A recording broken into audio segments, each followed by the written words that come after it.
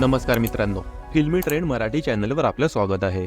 मित्रांनो, मराठी चित्रपटसृष्टीतील बरेच कलाकार हिंदी चित्रपटसृष्टीत महत्त्वाच्या भूमिका साकारताना दिसले आहेत. अभिनेते मोहन जोशी हेही त्यांच्यापैकी एक म्हणावे लागतील. सुरुवातीच्या काळात मोहन जोशी यांनी हिंदी चित्रपटातून खलनायकाच्या भूमिका चांगल्या गाजवल्या होत्या. अर्थात हिंदी इंडस्ट्रीत काम केल्यानंतर खूप पैसे मिळतात हे सत्य असल्याने अनेक जण त्या सृष्टीची वाट धरतात. पण या इंडस्ट्रीत अनेक बदल घडत गेले. माणुसकी हरवत चालल्याचे अनेक दाखले या इंडस्ट्रीतून मिळालेले आहेत. अनेक कलाकारांची आर्थिक परिस्थिती वाताहत झाली, तर काहींना अपमानास्पद वागणूक मिळाली.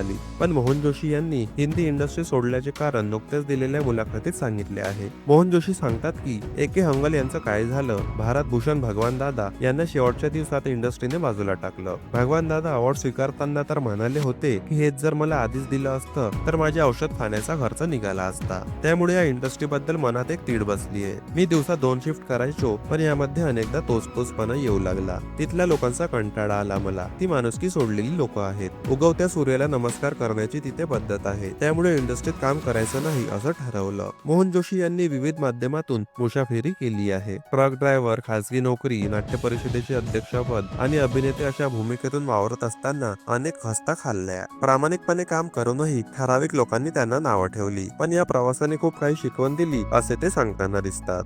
मित्रांनो, मनोरंजन विश्वातील ताज्या बातम्या जाणून घेण्यासाठी आमच्या चॅनलला सबस्क्राईब करून बेल आयकॉनला नक्की प्रेस करा. भेटूया पुढील व्हिडिओमध्ये. धन्यवाद.